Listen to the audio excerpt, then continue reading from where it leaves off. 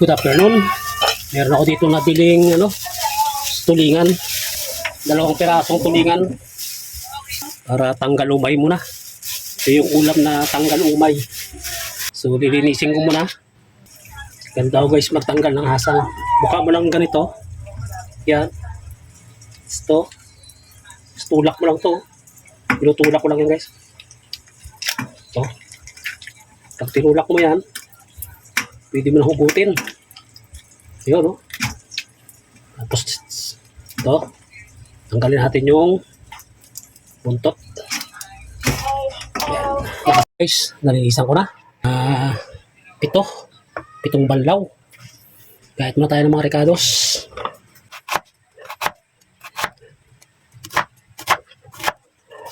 Okay na siguro ito.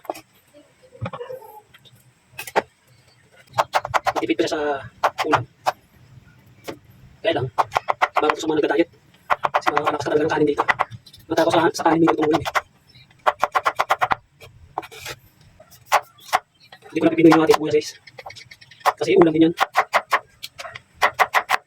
Yes. Yes, start na natin. Dito ko siya lulutuin. Sa ating may wagang kaserola. Ito yung ulam namin ngayong gabi. Ang lutong gagawin ko dito guys, adobo. Para may iba naman. Adobong tulingan. Tulad ng adobo. Pag ako nag-adobo, ginigis ako.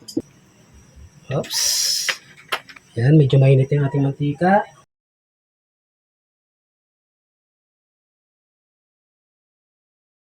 Palabasin lang natin yung aroma ng ating mga sangkap.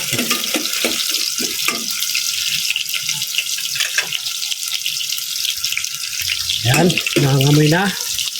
Maabot na dun sa ating kapitbahay. Lagyan natin yung sibuyas.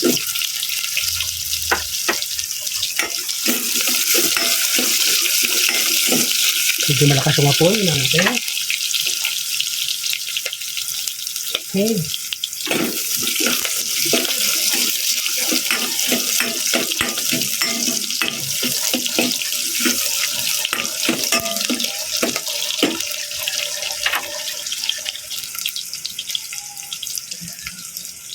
Lagyan na natin yung ating tulingan.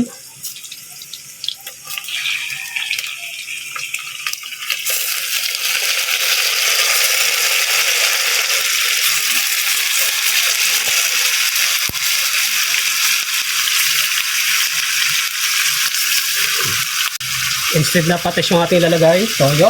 Siyempre, adobo nga.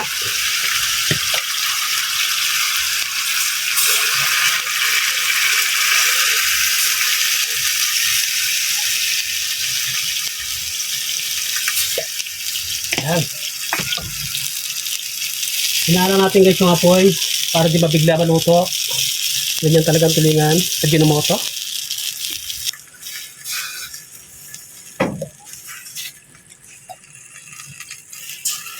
Guys, maglalagay ako ng 1 cup na water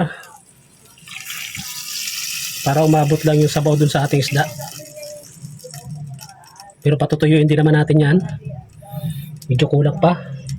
Ipantay natin yung tubig dun sa isda para maluto ng gusto. Pero dapat guys, alaray lang yung apoy para hindi nabibigla yung isda. Yan, dagdag pa natin. Ayun, pwede na. Medyo pantay na doon. Tagal to guys, kasi medyo paigay natin yung sabaw. Balikan natin yan mamaya. Okay. Nilagyan ko pa lang guys ng paminta. Nakalimutan ko kanina. Hindi ko na pinakita sa video. No? Yan. Crack na paminta. Kaya sabi ko parang may kulang. Tikman natin guys yung sabaw. Bago natin paigain. Medyo may tabang. Asin na lang guys ang aking ilalagay. Masarap dito yung medyo malat-alat na konti. Para kasi ang sabaw na to kukunti na lang. Para kahit kunting patak lang. Yung sinasabing sabaw lang ulam na.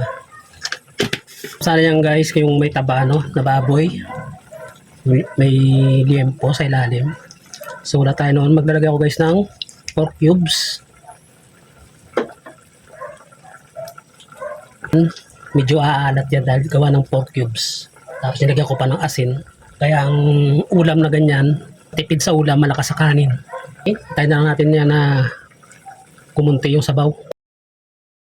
Then, okay na guys. Tuyo na. Yan ang masarap na ganyan. Ganyan sabaw. Perfect na perfect yan. Yan guys. Oh. Sarap niyan. Guys, mag-add ako ng oil.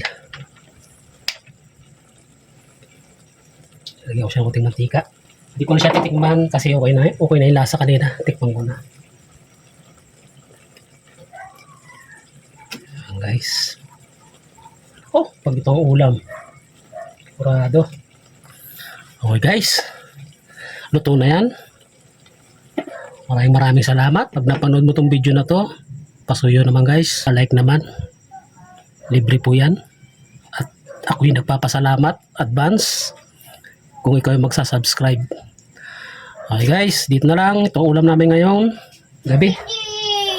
Okay, bye-bye.